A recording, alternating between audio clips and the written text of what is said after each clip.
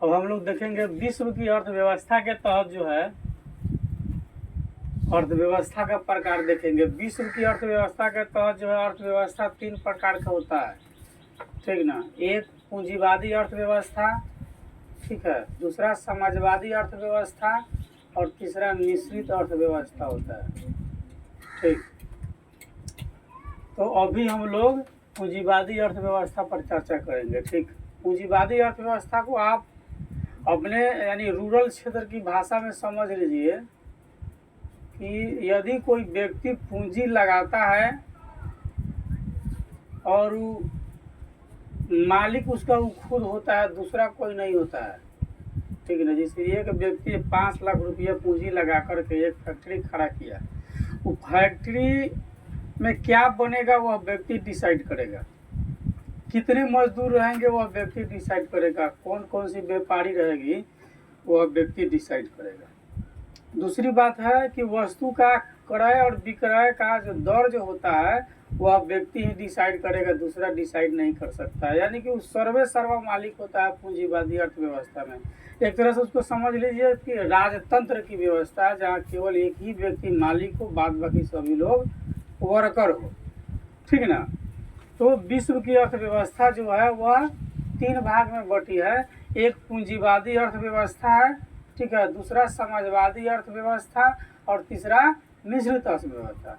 तो पूंजीवादी में जिसमें एक व्यक्ति मालिक हो, समाजवादी में जिसमें सभी व्यक्ति का अधिकार हो, और मिश्रित में मिली जुली सबका, जिसमें पैसा वाला का भी अधिकार हो और समाज के भी अधिकार हो, वो मिश्रित अर्थव्यवस्था। जिससे भारत की अर्थव्यवस्था जो है वह मिश्रित अर्थव्यवस्था है, ठीक है।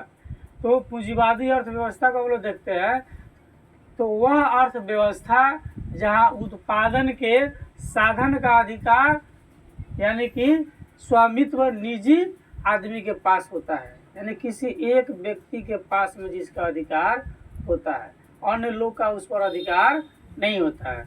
कहा कि वह अर्थव्यवस्था जहां उत्पादन के साधन का अधिकार निजी आदमी के पास में होता है, ठीक है।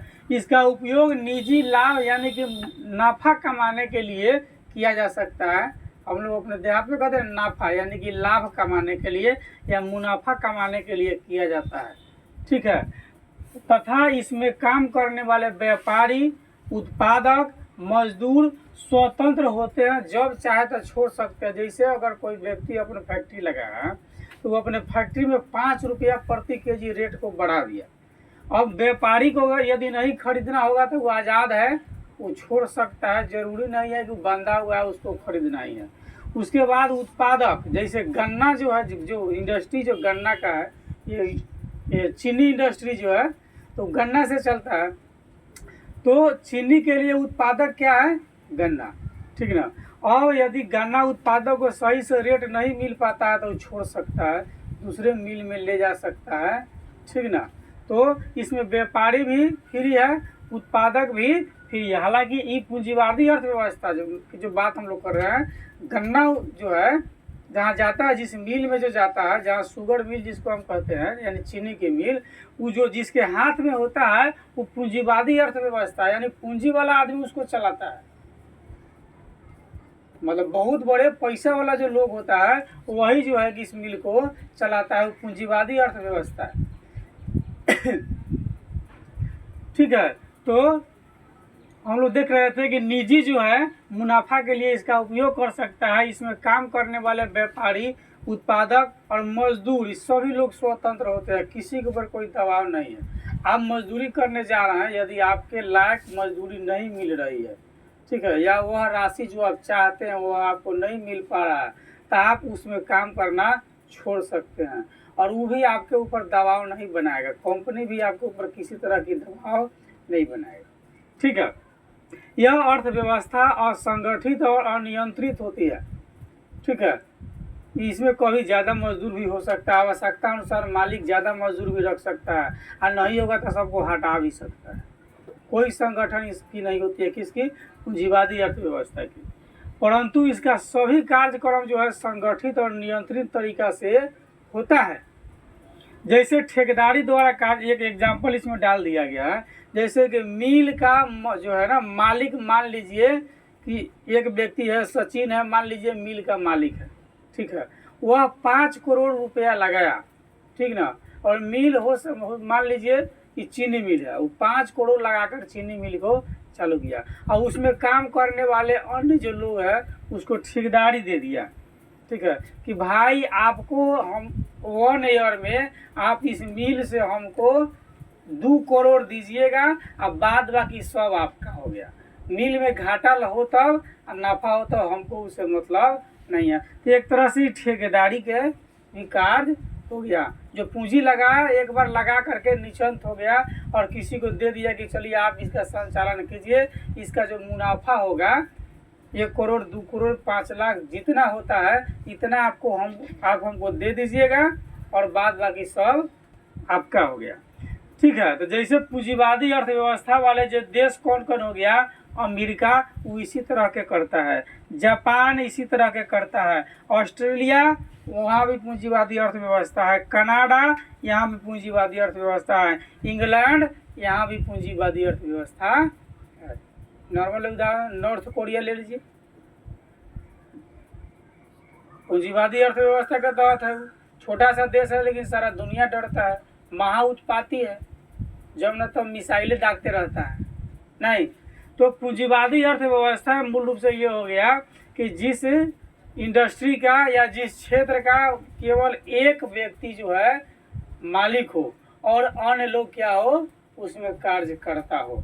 एक व्यक्ति जो चाहता हो वह अपनी इच्छा से करेगा, जो इरादा हो मिल बंद किया जा सकता है, इंडस्ट्री बंद किया जा सकता है, कार्य को बंद किया जा सकता है। तो ये क्या है, पूंजीवादी अर्थव्यवस्था है, ठीक है। यानी कि वो पर्याप्त मात्रा में राशि लगा करके ना एक अर्थव्यवस्था खड़ा किया है। क्या है, अर्थव्यवस्था वो खड़ा किया है जहाँ से अन्य लोग जा करके भी अपनी अर्थ की व्यवस्था कर सकता है। क्या क्या है, वहाँ एक जो है पूंजीवादी व्यक्ति क्या किया, बड़ा सा अर्थ का व्यवस्था किया, मतलब बड़ा अर्थ की व्यवस्था होगा तभी ना आप पूंजीवादी होइएगा। तो बड़ा सा अर्थ का व्यवस्था करके एक फैक्ट्री लगा दिया, मालिक वो खुद है, अन्य लोग जा करके वहाँ पर अपने अर्थ की व्यवस्था करेगा जिससे उसकी जीविकोपार्जन हो सकती है, अपना जीवन यापन चल सकता है। मूल रूप से पूंजीवादी अर्थव्यवस्था ये हुआ, ठीक है। तो पूंजीवादी अर्थव्यवस्था के अंतर्गत हम लोग देखें America, Japan, Australia, Canada, England आदि क्या है, सब पूंजीवादी अर्थव्यवस्था। जैसे मान लीजिए अपने यहाँ रोड बनवाना है, ठीक ना, तो रोड बनवाना है 10 किलोमीटर रोड बनवाना है, ठीक ना, तो गवर्नमेंट क्या करती है, एक पूंजी वाला आदमी को ठेकेदारी दे देता है और वह व्यक्ति इस कार्य को करेगा, फिर सरकार का व्यक्ति आएगा उसकी जांच पड़ताल करेगा, अगर सब कुछ ठीक पाया गया तो फिर उसकी राशि उसके खाते में ट्रांसफर कर दी जाएगी, ठीक ना। तो इसका मालिक कौन हो गया, सरकार। वो अपने इच्छा से ना कर रहा है, अगर उसको पसंद नहीं होगा तो आपका पेमेंट ही नहीं करेगा, तो फिर आप चिल्लाते रहिए, ठीक है। अब हम लोग चर्चा करेंगे समाजवादी अर्थव्यवस्था पर, ठीक है।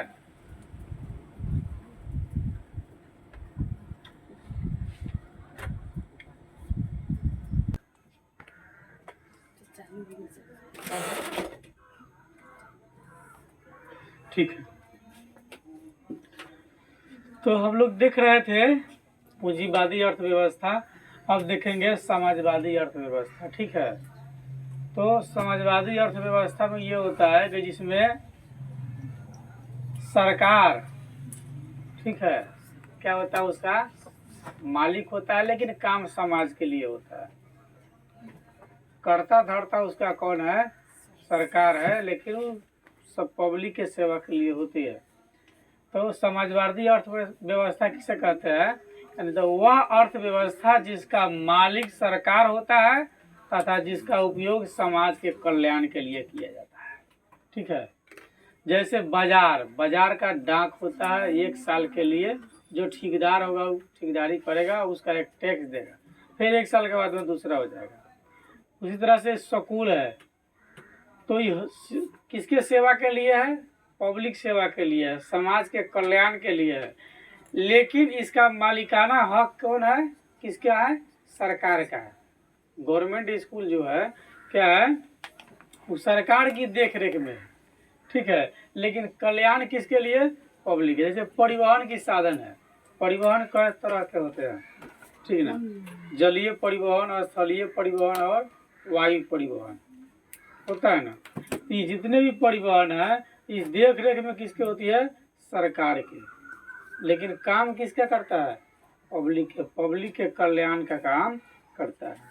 उसके बाद है मिश्रित अर्थव्यवस्था, ठीक है। मिश्रित का मतलब मिली जुली, मिश्रित का मतलब मिली जुली होता है। वह अर्थव्यवस्था जिसके उत्पादन पर सरकार तथा निजी व्यक्ति का अधिकार होता है। सरकार और निजी व्यक्ति भी इसके उत्पादन का अपना उपयोग कर सकते हैं, दोनों का अधिकार होता है। तथा इसे पूंजीवादी और समाजवाद, यानी कि पूंजीवादी अर्थव्यवस्था और समाजवादी अर्थव्यवस्था के बीच का ये एक रास्ता होता है। ये दोनों में मिली भगत रहता है, ठीक ना। इधर में अभी और उधर में भी रहता है, इसलिए कहा कि बीच का रास्ता है। और मिश्रित अर्थव्यवस्था वाले कौन कौन देश है? भारत है, पाकिस्तान है, श्रीलंका है, म्यांमार है, बांग्लादेश है, मलेशिया है, नाइजीरिया है। इसके अलावा भी और बहुत सारे देश है जो मिश्रित अर्थव्यवस्था के अंतर्गत में आते हैं। और बहुत सारे इसके अलावा भी कार्य है जो आपके समाजवादी अर्थव्यवस्था के अंतर्गत में आता है, ठीक ना। अब इस को विशेष ज़्यादा दिमाग लगाने की जरूरत नहीं है, ठीक ना। विश्व की अर्थव्यवस्था 3 प्रकार की होती है: पूंजीवादी अर्थव्यवस्था, समाजवादी अर्थव्यवस्था और मिश्रित अर्थव्यवस्था। तो पूंजीवादी अर्थव्यवस्था में सामान्य बात समझ लीजिएगा कि वह अर्थव्यवस्था जिसका मालिक जो है एक व्यक्ति हो, एक व्यक्ति उसका अधिकारी हो, वो अपने स्वेच्छा से किसी काम को कर सकता है या नहीं कर सकता है, और वस्तु के जो है क्रय विक्रय का डिसाइड खुद कर सकता है, दूसरा नहीं कर सकता है। और उसमें व्यापारी मजदूर सभी लोग आज़ाद होते हैं पूंजीवादी अर्थव्यवस्था में, ठीक है। समाजवादी अर्थव्यवस्था में है कि जिसका मालिक कौन होता है? सरकार होता है, यानी सरकार की देख रेख में होती है। लेकिन उसका उपयोग किसके लिए होता है? किसके लिए होता है? पब्लिक के कल्याण के लिए। अब लालू प्रसाद नहीं पूरा चारा अकेले ही खा जाएगी, तो सरकार गड़बड़ है नहीं, तो वो अकेले ही पूरा चारा खा गया। तो समाजवादी अर्थव्यवस्था के नाम वो नहीं कि समाज को कमजोर करने का काम किया हो, ठीक ना, तब ना फ्री में खिचड़ी खा रहा है। तो सरकार जो होती है कि समाज के कल्याण के लिए वो कार्य करेगी, न कि अपने कल्याण के लिए। यदि आप अपने कल्याण के लिए करते हैं तो फिर गलत है, आप समाज की अर्थव्यवस्था को कमजोर करने पर लगे हुए, ठीक ना। और यदि समाज आपको राजनीतिक दृष्टि से अगर चुन करके भेजा आपको समाज का कल्याण करने के लिए, और आप अपन कल्याण कर लेते हैं, तब तो फिर आपको तो जाना पड़ेगा ना।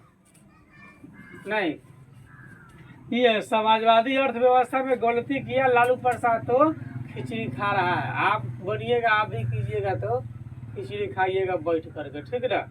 दूसरी बात है विकसित अर्थव्यवस्था। हम लोग देखते हैं कि वह अर्थव्यवस्था जिसके उत्पादन पर जो है सरकार और निजी व्यक्ति दोनों का अधिकार होता है, दोनों इसका उपयोग कर सकता है, ठीक है। और यह पूंजीवादी अर्थव्यवस्था तथा समाजवादी अर्थव्यवस्था के बीच का एक रास्ता है जो दोनों के मेल जोल से करता है। जैसे NGO, नॉन गवर्नमेंट ऑर्गेनाइजेशन है, यानी कि गैर जो है ना, गैर सरकारी संस्था है। तो क्या है? सरकारी और निजी दोनों से मिला हुआ रहता है। मतलब कि NGO पब्लिक और सरकार दोनों से मिला रहता है, ठीक ना।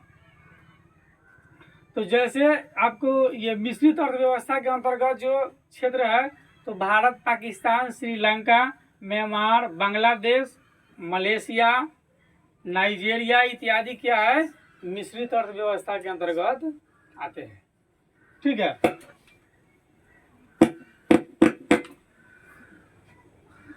ठीक है।